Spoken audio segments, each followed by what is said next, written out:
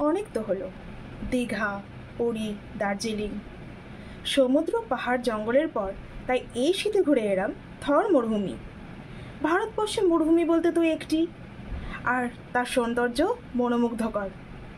এই ভিডিওতে থাকছে কলকাতা থেকে রাজস্থানের বিকানির আর জয়সলমীরের যাতায়াত, থাকা, খাওয়া ও ঘোরার সম্পূর্ণ বিবরণ। তাহলে শুরু করা যাক। আমাদের জার্নি শুরু হয়েছিল শিয়ালদা স্টেশন থেকে। কলকাতা থেকে বিকানির যাওয়ার বেস্ট অপশন শিয়ালদা বিকানির দুরন্ত এক্সপ্রেস, যেটা সোম, বুধ, বৃহস্পতি ও রবিবার ছাড়ে। সময় নেয় 25 ঘন্টা 20 মিনিট। মোটামুটি ঠিক সময়ে পৌঁছায়, তবে শীতকালে মাঝে মাঝে ফগের জন্য লেট করে। শিয়ালদা থেকে বিকানির এসি 3 টায়ারের ভাড়া আমাদের তখন পড়েছিল 2925 টাকা per person. Fair up down করে, 3000-এর মধ্যেই থাকে। আমরা গেছিলাম জানুয়ারি মাসে। এছাড়া যদি 2 টায়ার বা ফার্স্ট ক্লাসে যেতে চান তাহলে ফেয়ার হবে 2 টায়ারের জন্য প্রায় 4000, আর ফার্স্ট ক্লাসে 6000 থেকে 6500-র মধ্যে। কিন্তু কখন টিকিট কাটছেন আর কোন সময়ের জন্য কাটছেন তার উপর ফেয়ার নির্ভর করে। এটা ছাড়া আছে হাওড়া বিকানির এক্সপ্রেস, ছাড়ে হাওড়া থেকে সোম, বৃহস্পতি ও শুক্রবার। সময় নেয় 30 ঘন্টা 45 মিনিট। এটায় স্লিপার ক্লাস আছে, তাই আপনি যদি লো বাজেটে ঘুরতে চান তাহলে এই ট্রেনটা হবে বেস্ট অপশন। স্লিপারে 750 থেকে 800 টাকা পার পার্সনের মধ্যে হয়ে যাবে। হাওড়া বিকানিরের 3 এসি 2 এসিতে 2000 থেকে 3000-এর মধ্যে হয়ে যাবে। এছাড়া এই ট্রেনে আছে 3E। এর ফেয়ার 3 এসির থেকে একটু কম, কারণ এখানে সাইড লোয়ার, সাইড আপারের মাঝখানে একটা সাইড মিডল সিট আছে। এছাড়া আরেকটা ট্রেন আছে হাওড়া বিকানির সুপারফাস্ট এক্সপ্রেস। এটা শুধুমাত্র সোমবার করে ছাড়ে। সময় নেয় 33.5 ঘন্টা। আমরা রওনা দিয়েছিলাম 10 জানুয়ারি বুধবার। দিল্লিতে ফগ থাকার কারণে ট্রেন প্রায় 6 ঘন্টা লেট করে বিকানির পৌঁছেছিল রাত 12টায়। তবে বিশেষ অসুবিধা হয়নি, ট্রেনের স্টাফরা বেশ হেল্পফুল ছিল। ওই এক্সট্রা টাইমে আমাদের খাবার ও জল দেওয়া হয়েছিল। 11 তারিখ জানুয়ারি শীতের রাতে বিকানি স্টেশনে নেমে হাড় কেঁপে গেছিল। তাই শীতকালে রাজস্থান আসতে চাইলে ভালো মতো গরম জামা, টুপি, মোজা পরে আসবেন। স্টেশনের ধারে কিছু হোটেল আছে। আমরা ছিলাম হোটেল শ্রী গৌরবে, স্টেশন থেকে 200 মিটারের মধ্যে। অত রাতে কোনো ট্রান্সপোর্ট পাইনি, লাগেজ নিয়ে নিজেরাই চলে গেছিলাম। একদমই পাশে বলে বেশি অসুবিধা হয়নি। হোটেলটা বেশ ভালোই, রুমগুলো ক্লিন, রুম সার্ভিসও ভালো। ওদের নিজস্ব রেস্টুরেন্ট নেই, তবে ঘরে মেনু কার্ড রাখা আছে, বললেই ঘরে খাবার পৌঁছে দেয়। তবে সব কিছু ভেজ। বিকানিরের 95% veg restaurant. এইটা একটা অসুবিধা হতে পারে, তবে নন ভেজ রেস্টুরেন্টেরও সন্ধান দিয়ে দেব। আমাদের পার ডে রুম চার্জ পড়েছিল 2600 প্লাস 12% জিএসটি, কারণ আমরা একটা 4 বেডেড রুমে একটু লাক্সারিয়াসভাবে থাকতে চেয়েছিলাম। রুমটা বেশ বড়, আর দুটো বড় বড় খাট আছে। এই রুমের বিশেষত্ব হচ্ছে এর ভিউ। 401 নম্বর রুমটা সাজেস্ট করব। এর একটা দেওয়াল পুরোটাই কাঁচের জানলা। এছাড়া ডাবল বেডরুমও আছে, 1600 ও 1800 টাকার প্লাস 12% জিএসটি। রুম ট্যুরের ডিটেলড ভিডিও অলরেডি আপলোড করা আছে, ডেসক্রিপশন বক্সে লিঙ্ক দিয়ে দিলাম। এদের বুকিং নাম্বারও দিয়ে দিলাম, ভিডিওটা দেখতে পারেন। আমরা বিকানিরে 3 দিন ছিলাম।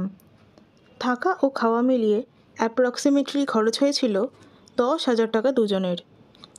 এবার আপনি কেমন রুমে কদিন থাকবেন আর কি খাবেন সেই মতো খরচ ভ্যারি করবে। খুব ভালোভাবে থাকলে এই রকমই পড়বে। এরপর আসছি বিকানির সাইট সিইংয়ে। এখানে দেখার অনেক জায়গা আছে।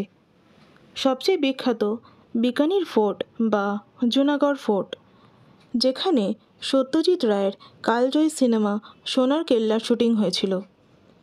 প্রসঙ্গত বলে রাখছি, বিকানিরের সমস্ত দেখার জায়গাগুলি কাছাকাছি আর ঘিঞ্জি শহরের গলির মধ্যে, তাই বেটার অটো করে ঘোরা। অটো পেয়ে যাবেন হোটেল থেকে বেরোলেই। অটোয় আমাদের দুদিনের টোটাল খরচ হয়েছিল 2000 টাকা। প্রথম দিন অর্থাৎ 12ই জানুয়ারি গেলাম জুনাগড় ফোর্ট। এটা আমাদের হোটেল থেকে 1.9 কিলোমিটার দূরে। ফোর্টের এন্ট্রি ফি 50 টাকা প্রতিজন ও ভেতরে ছবি ও ভিডিও তুললে তার জন্য আলাদা টিকিট 100 টাকা। এর সাথে একটা মিউজিয়াম আছে, সেটার টিকিটও এখান থেকেই দেয়। এটারও 50 টাকা প্রতিজন।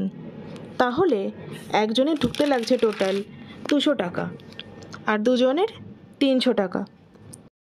ফোর্ট কেমন দেখলাম তার একটা আলাদা ভিডিও আছে, লিঙ্ক দিয়ে দিয়েছি ডেসক্রিপশানে, একবার অবশ্যই দেখে নেবেন। সেই জায়গাটাও দেখিয়েছি যেখানে ফেলুদা, জটায়ু আর তোপসে ঘুরছিলেন আর হঠাৎ করে মন্দার বসে এসে ঢুকলেন নেকড়ের গল্প বানিয়ে। সেই জায়গাটাও কিন্তু আছে, তো দেখতে ভুলবেন না। ফোর্টের পরে আমরা গেলাম দেবীকুণ্ড সাগর। এটা 7.9 কিলোমিটার ফ্রম জুনাগড় ফোর্ট আর 9.3 কিলোমিটার আমাদের হোটেল থেকে। জায়গাটা খুব সুন্দর, রাজা রানীদের স্মৃতিসৌধ রয়েছে আর রয়েছে একটা জলাশয় যেটার নাম দেবীকুণ্ড সাগর বা কল্যাণ সাগর। এখানে এন্ট্রি ফি 10 টাকা করে। এন্ট্রি গেটে জুতো খুলে রেখে যেতে হয়। ভেতরে দারুণ দারুণ ফটো ও ভিডিওগ্রাফি করতে পারবেন। এছাড়া রয়েছে একটা 1000 বছরের প্রাচীন অশ্বত্থ গাছ, যেটিকে ভগবান বিষ্ণুর বাসস্থান বলে মানা হয়। জায়গাটা খুব শান্তির। এটা নিয়ে একটা আলাদা ভিডিও রয়েছে, লিঙ্ক দিয়ে দিয়েছি, দেখতে পারেন। এরপর ঘুরলাম বৈষ্ণোদেবী মন্দির, জৈন মন্দির, শ্রী লক্ষ্মীনাথ মন্দির ও তারপরে রামপুরিয়া হাভেলি। শ্রী লক্ষ্মীনাথ মন্দির খোলা থাকে প্রতিদিন ভোর 5টা থেকে দুপুর 1টা অবধি ও তারপরে আবার খোলে বিকেল 5টা থেকে রাত 11টা অবধি। এখানে সম্পূর্ণ খালি পায়ে ঢুকতে হয়, এমনকি মোজা পরেও যেতে দেয় না ও বেল্টও পরতে দেয় না। আগের দিন ট্রেনে ধকলের জন্য আমরা তাড়াতাড়ি বেরোতে পারিনি, না হলে Ganga state museum, Shri Sadul museum, Shivbari temple এইগুলো দেখতে পারতাম। প্রত্যেকটা দূরত্ব দিয়ে দিলাম আমাদের হোটেল থেকে, প্রত্যেকটি শহরের মধ্যে। একদিনের মধ্যেই হয়ে যাবে যদি সকাল সকাল বেরোতে পারেন। এছাড়া আর যেটা দেখিনি সেটা হচ্ছে কার্নি মাতা মন্দির, যেটা দেশনখে অবস্থিত, হোটেল থেকে 29 কিলোমিটার দূরে। যে কোনো অটোকে বললেই নিয়ে যাবে। এখানে সর্বত্র ইঁদুরের রাজত্ব আর সবাই খুব পবিত্র মনে করে পুজোও করে। প্রথম দিন আমরা অটো কাকুকে বলেছিলাম স্টেশন রোডে কোর্ট গেটের কাছে ছাড়তে, যেটা হোটেল থেকে কোর্ট গেট 450 মিটার দূরে। এখান থেকে 300 মিটারের মধ্যে স্টেশন রোডের দুই পাশে দুই বিখ্যাত দোকান, হলদিরাম ভুজিয়াওয়ালার অরিজিনাল শোরুম আর ভিখারাম চাঁদমল। দোকান দুটো দেখে মনেই হবে না সারা দেশ জোড়া এদের এত নাম। বিশেষ করে হলদিরাম ভুজিয়াওয়ালার আউটলেটটা তো খুবই ছোট।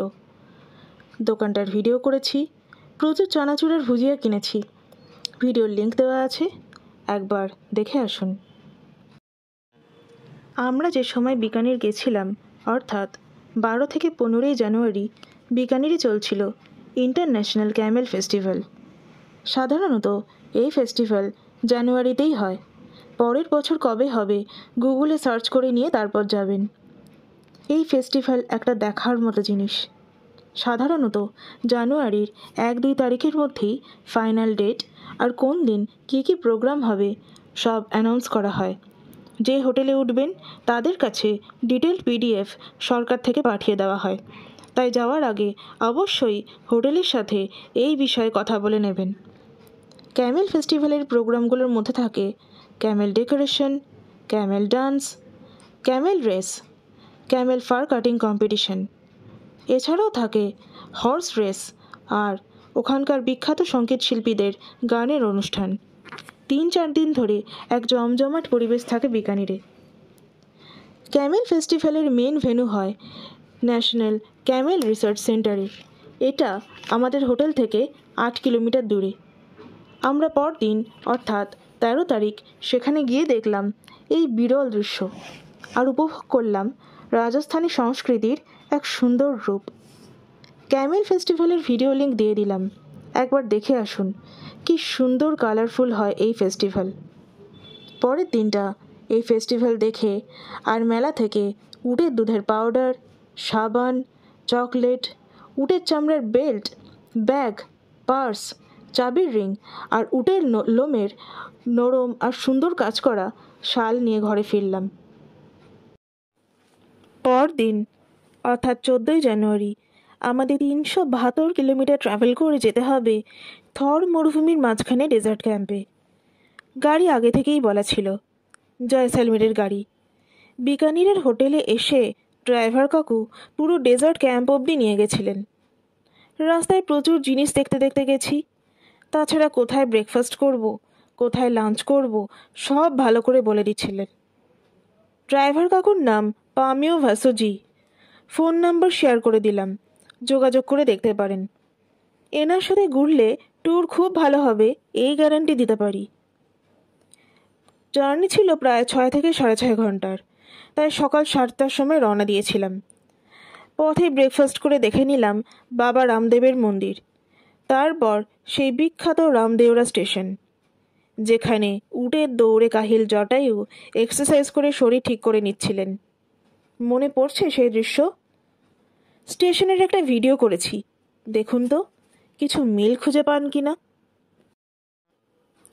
এরপর পোখরানের উপর দিয়ে আমাদের গাড়ি ছুটে চলল জয়সলমীরের দিকে। বিকানির শহর থেকে জয়সলমীরের দূরত্ব 331 কিলোমিটার। সময় লাগে 5.5 ঘন্টা।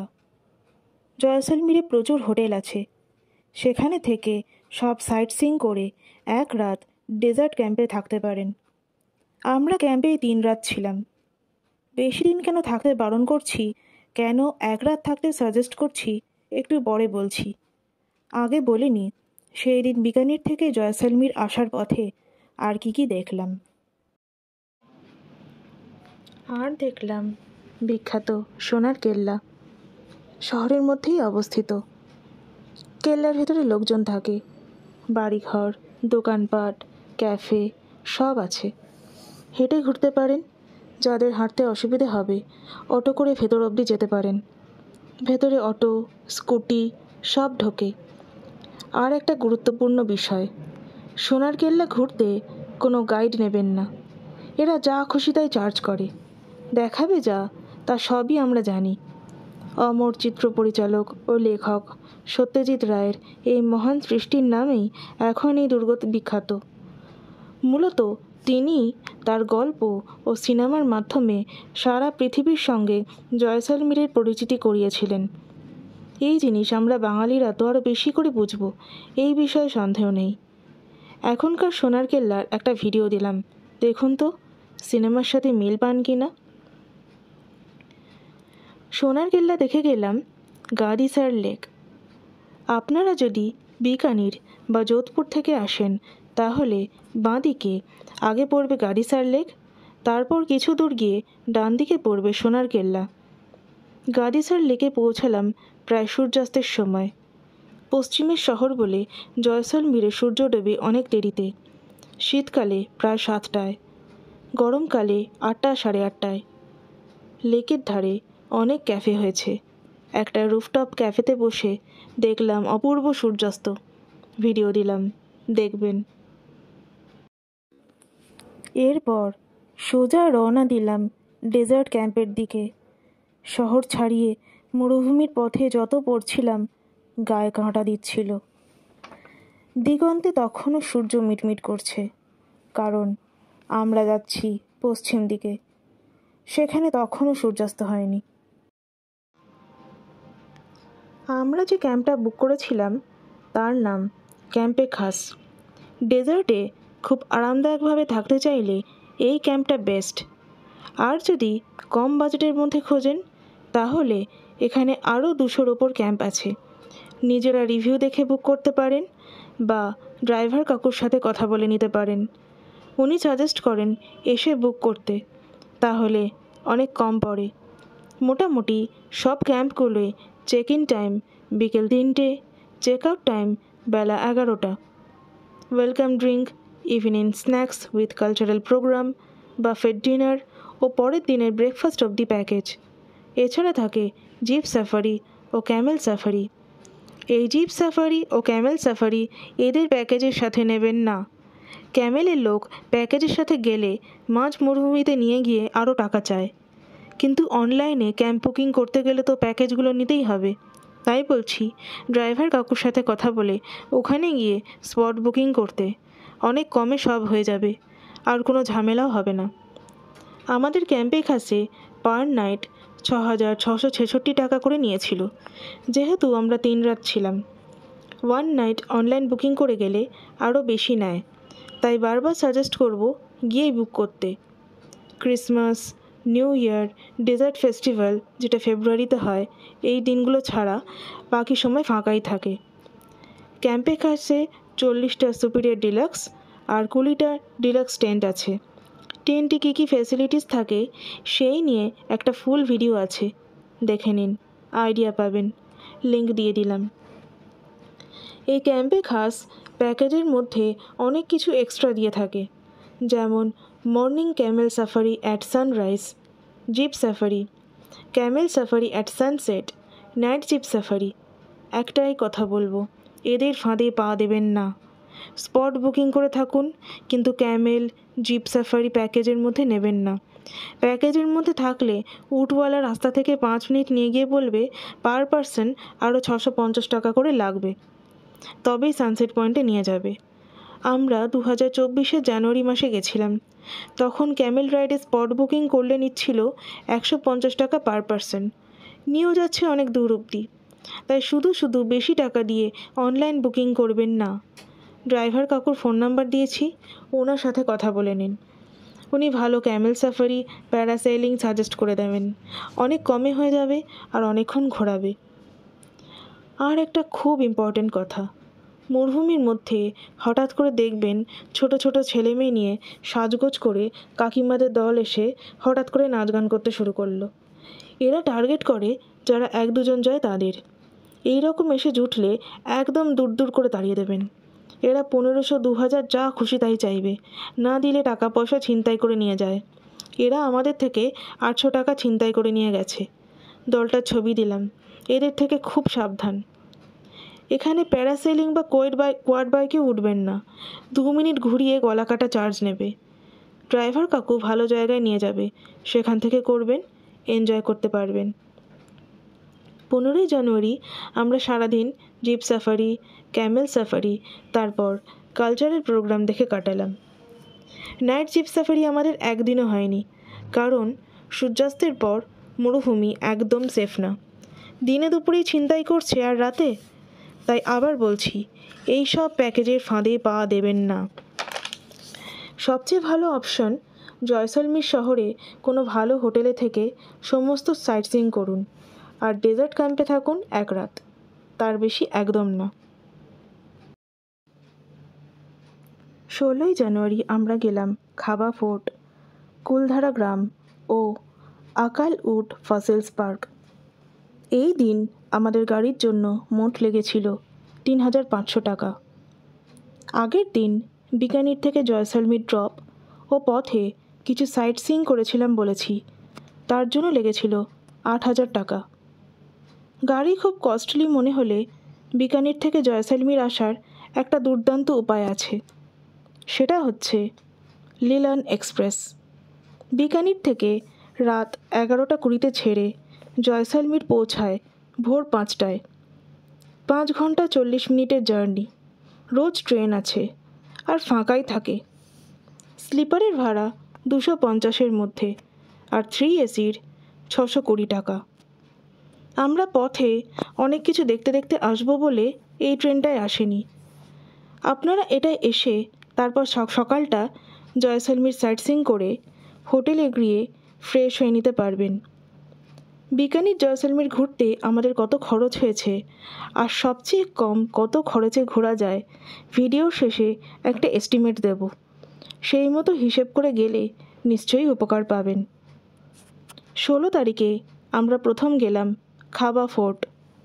জয়সলমীর গেলে সবাই দেখতে যায় সোনার কেল্লা, কিন্তু শহর থেকে 32 কিলোমিটার দূরে নির্জনে নীরবে দাঁড়িয়ে আছে যে ছোট্ট দুর্গটি, এর সৌন্দর্য কম নয়।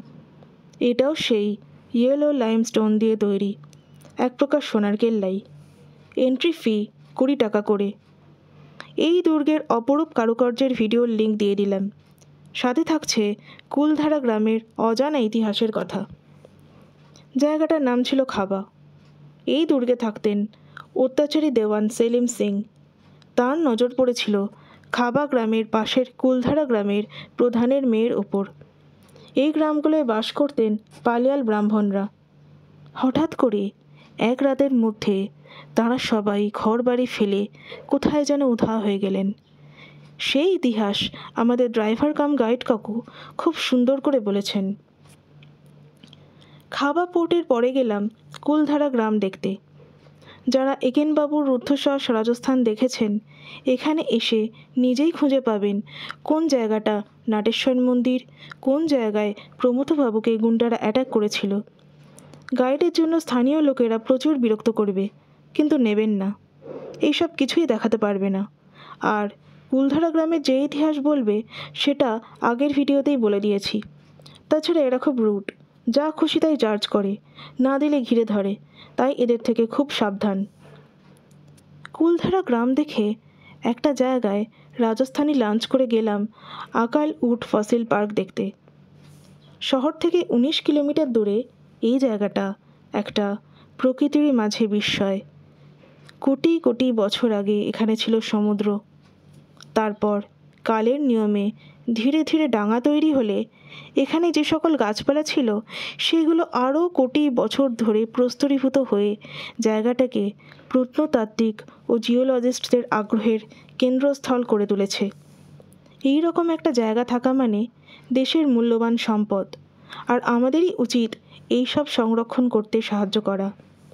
যত বেশি ট্যুরিস্ট এখানে যাবে, সেই এন্ট্রি ফি দিয়ে আরও বেশি করে প্রত্নতাত্ত্বিক খননকার্য করে নতুন নতুন ফসিল আবিষ্কার করা সম্ভব হবে। এছাড়া এখানে অনেক জীবজন্তু আছে, হরিণ, নীলগাই, এমু পাখি, কারণ জায়গাটা ডেজার্ট ন্যাশনাল পার্কের অন্তর্গত।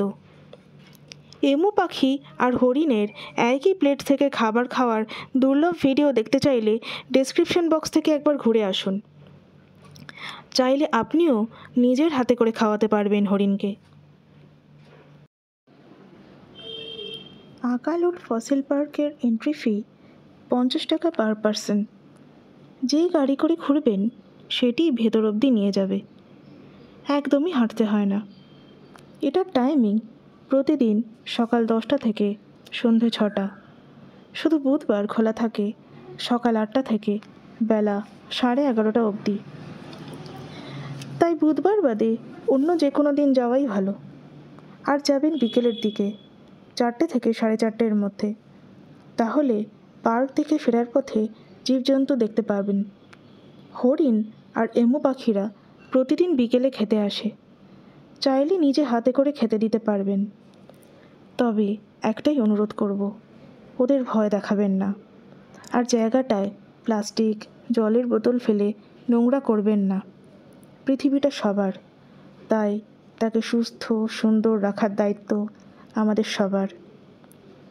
17 তারিখ আমাদের ক্যাম্পে খাস থেকে এয়ারপোর্ট ড্রপিংয়ের চার্জ পড়ল 2500 টাকা, কারণ দূরত্ব 56 কিলোমিটার। আমাদের জয়সলমীর থেকে দিল্লি হয়ে কলকাতার ফ্লাইট ছিল ইন্ডিগোর। রিসেন্টলি ইন্ডিগো কি অসভ্যতা শুরু করেছে তা তো জানেনি। আমাদের Delhi to Kolkata flight cancel হয়ে তারপর অনেক ঝামেলা করে বিভিন্ন শহর ঘুরে পরদিন কলকাতায় ফিরতে হয়েছিল। এক একজনের টিকিট ফেয়ার ছিল প্রায় 10,000 করে।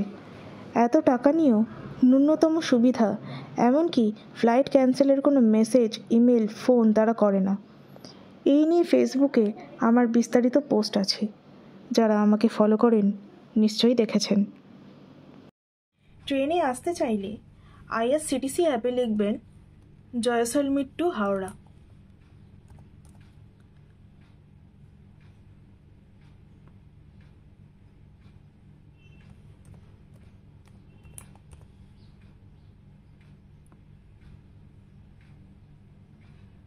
এখানে এরকম ডেট দেখাচ্ছে, একটা আরবিটারি ডেট সিলেক্ট করে নিচ্ছি।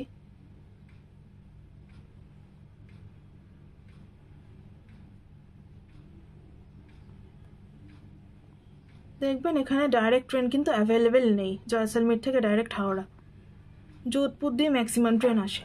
এই যে এখানে সবার আগে যেটা আসবে সেটা হচ্ছে Jaisalmer to Howrah SBIB superfast express.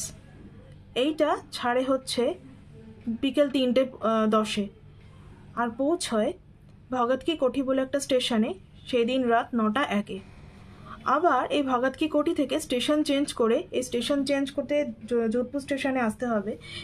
সেই যোধপুর স্টেশনে, যোধপুর জংশনে, সেটা হচ্ছে দূরত্ব 6.2 কিলোমিটার।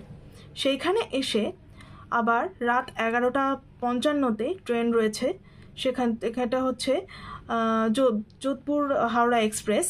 এখান থেকে পরের দিন, একদিন পরে পৌঁছবে 4:55, ভোর 4:55। তো এরকম ঝামেলা করে স্টেশন চেঞ্জ করতে না পারলে সবথেকে বেস্ট অপশন হচ্ছে জয়সলমীর থেকে যোধপুর চলে আসুন। জয়সলমীর থেকে যোধপুর আসারও অনেক ট্রেন রয়েছে, এছাড়া গাড়ি করেও আসতে পারেন।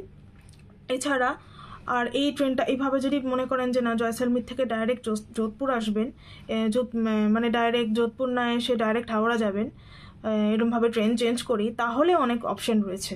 এখানে অনেক স্টেশন চেঞ্জ না করারও অপশন রয়েছে, যে সেম স্টেশন থেকেও ধরতে পারবেন। এরকম সার্চ করবেন, ভগৎ কি কোঠি দিয়ে মেনলি যায়, এছাড়াও আরও অনেক স্টেশন রয়েছে। দেখুন এই যে এখান থেকে একটু ওয়েট করতে হবে অনেকক্ষণ, কিন্তু ট্রেন রয়েছে। এগুলো কতটা লেট করে জানি না, হয়তো লেট করে, কিন্তু প্রচুর অপশন রয়েছে। এখানে স্লিপার অ্যাভেলেবেল রয়েছে, 3 টায়ার অ্যাভেলেবেল রয়েছে, অনেক রকম অপশন রয়েছে। তো এইভাবেও আসতে পারবেন। এবার এস্টিমেট দেব আমাদের বিকানির জয়সলমীর ট্রিপে টোটাল কত খরচ হয়েছে, আর সবচেয়ে কম কত খরচে ঘুরে আসা যেতে পারে সেম ডেতে। আমরা যতদিন ঘুরেছিলাম ঠিক সেম ডেতে, ততগুলো দিনে আমাদের টোটাল লেগেছিল 7 দিন যাওয়া আসা নিয়ে। কত খরচ হতে পারে তার একটা এস্টিমেট, তাহলে দেখে নিন।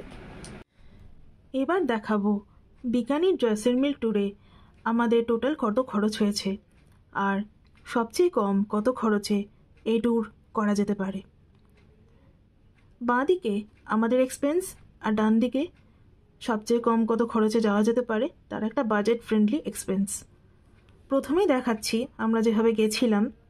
প্রথমে আমরা বিকানির গেছিলাম শিয়ালদা বিকানির দুরন্ত এক্সপ্রেসে।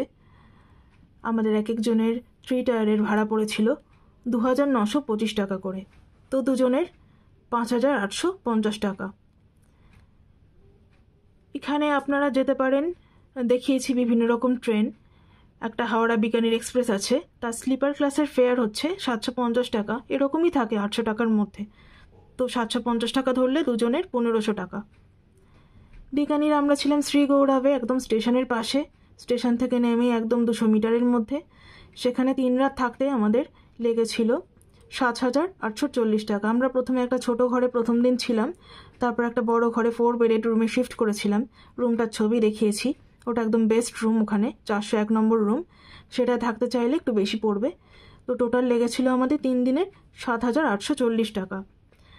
যদি আপনারা ছোট রুমে থাকতে চান, 1600 টাকার রুমও আছে, প্লাস 12% GST, তাহলে 1792 ইন্টু 3 করলে এটা পড়ছে 5376 টাকা।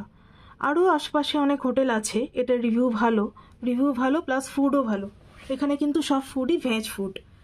নন ভেজ খেতে চাইলে সেটার দেখিয়ে দেবো কোথায় পাবেন। আর বেশিরভাগই 95% হচ্ছে ভেজ দোকান। তো খুবই ভালো, খাবার দাবারও ভালো এখানে, এমনি কোয়ালিটি ভালো, আর রুমও খুবই ভালো। এরপরে আমাদের খাবার দাবার কত লেগেছিল। ফুড অ্যাপ্রক্সিমেটলি লেগেছিল হচ্ছে প্রায় 3000 টাকা দুজনের। আর এখানে আপনারা, কারণ আমরা অনেক কিছু অন্যরকম খেয়েছিলাম, ননভেজও খেয়েছিলাম, তারপরে প্লাস অনেক কিছু কেক ফেক এসব শপিং টপিং করেছিলাম, এসবের জন্য একটুখানি বেশি লেগেছিল। নাহলে ভেজ তো অত বেশি লাগে না, পার পার্সন খুব বেশি করে ধরলেও 1000 টাকার মধ্যে হয়ে যাবে, দুজনে 2000। আর যদি ননভেজ খেতে চান তাহলে একটা যে দোকানের নাম বলে দিচ্ছি, পাঞ্জাবি ধাবা একটা রয়েছে। এটা একটা পেট্রোল পাম্প আছে তার ধারে, একদম রেল স্টেশনের কাছে। যে অটো করে ঘুরবেন তাকে যদি বলেন তাহলে চিনিয়ে দেবে, দেখিয়ে দেবে, একটা ছোট গলির মধ্যে। খাবারের কোয়ালিটি ওখানে মোটামুটি অ্যাভারেজ, খুব একটা ভালো না, কিন্তু আমাদের যেহেতু ননভেজ মানে ভেজ খেতে খেতে খুবই বাজে লাগছিল, সেজন্য গিয়ে একদিন ট্রাই করেছিলাম। অটো আমাদের বলেছি 2 দিন ঘুরেছিলাম, 2000 টাকা নিয়েছিল। আপনারা তো ধরে রাখুন 2000 টাকা। আমরা অনেক কিছু দেখতে পারিনি। যদি আরও কিছু দেখতে চান, কার্নি মাতা টেম্পল যেতে চান, তাহলে ওটা ভ্যারি করবে, কারণ কার্নি মাতা টেম্পল কিন্তু শহর থেকে অনেকটা দূরে। তারপরে জুনাগড় ফোর্টে নিশ্চয়ই যাবেন। এর এন্ট্রি ফি বলেইছি, একজনের 200 টাকা আর দুজনের 300 টাকা। যদি ভিডিওগ্রাফি ফটোগ্রাফি করতে চান, এত দূরে এসে নিশ্চয়ই ফটো ভিডিওগ্রাফি করবেন, সেটা আর বলার কথা না। ফটো ভিডিও করতে কিন্তু এর 100 টাকা চার্জ নেবে, যে কোনো মোবাইলেও, শুধু ভিডিও ক্যামেরাতে তা নয়, মোবাইলের জন্য। তো এটা 300 টাকা। এরপরে দেবীকুণ্ড সাগর, এখানে 10 টাকা করে এন্ট্রি ফি, দুজনের 20 টাকা। এটাও সেম হচ্ছে দুটো দিকেই। তারপরে আমরা বিকানির থেকে জয়সলমীর গেছিলাম বাই কার গেলে কিন্তু 8000 টাকা, আর শুধু ড্রপিং একটু কম লাগবে। আমরা অনেক কিছু দেখতে দেখতে গেছিলাম, অনেক কিছু পোখরান দেখেছি, তারপরে রামদেওরা স্টেশন দেখেছি, রামদেবের মন্দির দেখেছি, এই সমস্ত কিছু। তারপরে সোনার কেল্লা, গাড়িসার লেক, এইসব দেখে যেতে যেতে আমাদের টাইমও বেশি লেগেছিল, আর একটু চার্জও বেশি পড়েছিল। আমাদের বলাই ছিল যে সাইট সিইং করতে করতে যাব। আর আমাদের ড্রাইভার কাকু খুব ভালো করে ঘুরিয়ে দিয়েছেন। ড্রাইভার কাকুর নাম্বার ডিটেলস ডেসক্রিপশন বক্সে দিয়ে দিয়েছি, চেক করে নেবেন। খুবই ভালো ড্রাইভার আমাদের, পামিও ভাসুজি ওনার নাম। আর এছাড়া যদি মনে হয় যে না, গাড়ি করে যেতে অনেকটা এক্সপেন্সিভ লাগছে, তাহলে যেতে পারেন বিকানির থেকে জয়সলমীর বাই ট্রেন, লিরাল এক্সপ্রেস। ট্রেনটা দেখিয়েছি আগেও। এটায় স্লিপার ক্লাসে 250, একদমই চিপ, দুজনের 500। আমরা জয়সলমীরে 3 দিনই ছিলাম ক্যাম্পে। ডেজার্ট ক্যাম্পের নাম ছিল আমাদের ক্যাম্পে খাস। এই ডেজার্ট ক্যাম্পটা হচ্ছে সবচেয়ে লাক্সারিয়াস ক্যাম্পের মধ্যে একটা। এটাই আমাদের 3 দিন ছিলাম বলে 20,000 লেগেছিল। আর কিন্তু আমি আপনাদের বারণ করছি 3 দিন থাকতে। যদি 3 দিন থাকেন জয়সলমীরে, তাহলে 2 দিন থাকবেন জয়সলমীরের শহরের মধ্যে হোটেলে। বেস্ট হচ্ছে সোনার কেল্লার কাছাকাছি কোনো হোটেলে থাকা, তাহলে মোটামুটি 2000 থেকে 2500 মধ্যে হয়ে যাবে। এর কমেও পেতে পারেন, রিভিউ দেখে একটু যাবেন। আর যদি একদিন ক্যাম্পের ফিল যদি নিতে চান, তাহলে 1 রাত থাকতে পারেন। এটা হচ্ছে গিয়ে বুক করবেন, ড্রাইভার কাকুর সাথে কন্ট্যাক্ট করে নেবেন। ড্রাইভার কাকু জয়সলমীরেই থাকেন। জয়সলমীরে যদি এসে হোটেলে থেকে সাইট সিইং করতে চান, ওনার সাথেও করতে পারেন, বা বাই অটো করতে পারেন। ওনার সাথে গেলে উনি ভালো মতো গাইড করে দেবেন, কোন ক্যাম্পে থাকবেন সেটাও বলে দেবেন। এরপরে সাইট সিইং করতে আমরা গাড়িতে করেছিলাম বলে 3500 টাকা লেগেছিল। আর যদি অটো করে করেন তাহলে 2000-এর মধ্যে হয়ে যাবে আশা করি। যে জিনিসগুলো কাছাকাছি রয়েছে, যেমন জয়সলমীর ফোর্ট, যেটা সোনার কেল্লা, তারপরে কালিসার লেক, অমর সাগর, এই কাছাকাছি শহরের মধ্যে যেগুলো কাছাকাছি অবস্থিত, সেই জায়গাগুলো অটো করে ঘুরতে পারবেন। খাবা ফোর্ট, কুলধারা গ্রাম, এইগুলো কিন্তু মনে হয় গাড়ি নিতে হবে, কারণ অনেকটা দূরে। আমাদের সমস্ত ফুড স্টেইং সমস্ত প্যাকেজের আন্ডারেই ছিল। ক্যামেল সাফারি, জিপ সাফারি, সেই জন্য এগুলো আর আলাদা করে বলছি না। এই 20,000-এর মধ্যে সব ইনক্লুডেড ছিল। কিন্তু তাও বলেছি কত ঝামেলা হয়েছিল। ওই জন্য কিন্তু ক্যাম্পে থাকলেও প্যাকেজ নেবেন না, কোনো ক্যামেল সাফারি, জিপ সাফারির কোনো প্যাকেজ নেবেন না। ফুডটা হয়তো ইনক্লুডেড হতে পারে, 1500 টাকা যেটা দেখিয়েছি আপনাদের ক্যাম্পে ডেজার্ট স্টে করলে 1500 টাকা অ্যাপ্রক্সিমেটলি লাগতে পারে। এর কম বেশিও হতে পারে, সেটা দরদাম করে নেবেন গিয়ে। আর ক্যামেল সাফারির জন্য 150 পার পারসন। স্পটে গিয়ে একদম দেখবেন ডেজার্ট ন্যাশনাল ক্যাম্পের মধ্যেই এই ক্যামেল সাফারিগুলো করে, যেটা একটা সানসেট পয়েন্ট রয়েছে, সেটা 150 পার পারসন। এটাই কিন্তু এটার ফিক্সড রেট। এবার আমরা গেছিলাম 2024 সালে জানুয়ারি মাসে।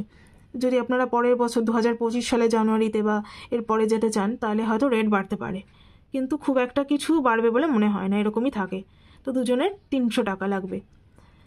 খাবা ফোর্ট যেটা দেখিয়েছি, আর একটা সুন্দর ফোর্ট যেটা একটু শহর থেকে একটু দূরে অবস্থিত, সেটার এন্ট্রি ফি হচ্ছে 20 টাকা করে, দুজনে 40 টাকা। এটাও এদিকেও সেম লাগছে। এরপরে আমাদের এক্সট্রা ফুড যেটা লেগেছিল, আমরা সাইট সিইং করেছিলাম একদিন, সেই দিন মোটামুটি 700 থেকে 800 টাকার মধ্যে দুজনের, কিন্তু এটা দুজনের লেগেছিল। আর এখানে আপনারা জয়সলমীরে যে দুদিন থাকবেন, হোটেলে যে দুদিন থাকবেন, একদম বলছি ফোর্টের কাছে থাকতে, তো ফুড যদি ইনক্লুডেড না করতে চান হোটেলের সাথে, আলাদা করে খেলে এটা 1000-এর মধ্যেই হয়ে যাবে, তো দুজনের 2000। এরপরে আকালুট ফসিলস পার্ক, এটা কিন্তু অবশ্যই যাবেন, খুব সুন্দর একটা জায়গা, মাস্ট ভিজিট একটা এরিয়া। এত সুন্দর জায়গাটা, খুব সুন্দর ফসিলস রয়েছে, এত সুন্দর জীবজন্তু রয়েছে, খুবই ভালো লাগবে। তো এটাও এন্ট্রি ফি হচ্ছে 50 টাকা পার পার্সন, দুজনের 100 টাকা। এদিকেও সেম। আর ভেতরে কিন্তু যে গাড়ি বা অটো করে ঘুরবেন, বলবেন একদম ভেতর অবধি নিয়ে যাবে। আর যদি কাকুর সাথে করেন, ড্রাইভার কাকুর সাথে, তাহলে কিন্তু খুব সুন্দর করে উনি গাইড করে দেবেন। ক্যাম্প থেকে আমাদের এয়ারপোর্ট ড্রপে চার্জ লেগেছিল 2500 টাকা, কারণ ওটা অনেকটা দূর ছিল বলে। ক্যাম্প থেকে এয়ারপোর্ট প্রায় 56 কিলোমিটার ছিল। আর যদি আপনারা ট্রেনে করে যান, তাহলে জয়সলমীর শহরের মধ্যে থেকে স্টেশনের দূরত্ব খুবই কম, প্রায় 2 কিলোমিটার মতো। একটু ভ্যারি করবে, যেই হোটেলে থাকবেন তার সাথে ভ্যারি করবে, কিন্তু এর বেশি হবে না। অটোয় করেই চলে যেতে পারবেন, গাড়ি লাগবে না, 200 থেকে 300 টাকা নেবে। আমাদের জয়সলমীর থেকে কলকাতা ফিরতে ভায়া দিল্লি ফ্লাইট ছিল, লেগেছে হচ্ছে 9,500 পার পার্সন করে, এটা 19,000 দুজনের। কিন্তু যদি ট্রেনে যেতে চান, প্লেনে যদি মনে হয় খুব এক্সপেন্সিভ, প্লেনে তো এক্সপেন্সিভ প্লাস প্লেনে অনেক ঝামেলা। বলেছিলাম ইন্ডিগোর ফ্লাইটে কি ঝামেলা হয়েছিল, অন্য প্লেন যদি থাকে জানি না, ইন্ডিগোরই ওখানে বেশি ছিল। খুব একটা ফ্লাইট নেই কিন্তু জয়সলমীর থেকে কলকাতায় আসার। আবার দিল্লির ফ্লাইট ওখানে মাঝে ক্যান্সেল হয়েছিল, সেটা চাইলে আসতে পারেন প্লেনে, না হলে ট্রেনে যদি আসতে চান এরমভাবে ব্রেক করে আসতে হবে। ট্রেনে কীভাবে আসবেন দেখিয়ে দিয়েছি, কীভাবে সার্চ করে কীভাবে আসবেন। জয়সলমীর থেকে ভগৎ কি কোটি আসতে হবে, সেখান থেকে আবার স্টেশন চেঞ্জ করে যোধপুর থেকে আবার হাওড়া আসতে হবে। বেস্ট হচ্ছে বলবো, জয়সলমীর থেকে একদিন আগে যোধপুর চলে আসুন, বাই ট্রেন বা বাই কার, এসে যোধপুর থেকে ডাইরেক্ট ট্রেন ধরে ডাইরেক্ট হাওড়া। নাহলে কিন্তু মাঝখানে যে স্টেশন চেঞ্জের টাইমে ট্রেন কিন্তু মিস হয়ে যেতে পারে, যদি ট্রেন লেট করে আগের ট্রেনটা। তো এটাতে এরমভাবে আসলে ব্রেক করে বা ডাইরেক্ট এরম যদি যোধপুর থেকেই হাওড়া আসতে চান, মোটামুটি এরকম পড়বে দুজনের 2,460 টাকা, যদি স্লিপার ক্লাসে আসেন। তাহলে যদি 3 টায়ার বা 2 টায়ারে আসেন তাহলে কিন্তু একটু বাড়বে, ওটা একটু চেক করে নেবেন IRCTC থেকে। তো আমাদের টোটাল এস্টিমেটেড ফেয়ার, যেটা টোটাল লেগেছিল, আমাদের খরচ হয়েছে 72,950 টাকা অ্যাপ্রক্সিমেটলি, কারণ আমরা অনেক শপিং টপিং করেছিলাম। এবারে কে কীরকম শপিং করবেন, যদি হলদিরাম ভুজিয়াওয়ালা থেকে শপিং করতে চান, কে কীরকম শপিং করবেন সেটা তো নিজের ব্যাপার, সেটা আলাদা, শপিংটা ধরছি না এর মধ্যে। আর এখানে সব থেকে কম 24,396 টাকা ফর দুজনের, একজনের হচ্ছে এটার হাফ, তাহলে একজনের হচ্ছে প্রায় 12,000-এ। তাহলে 12,000-এ একজন সবচেয়ে কম খরচে ঘুরে আসতে পারবেন রাজস্থানের বিকানির আর জয়সলমীর।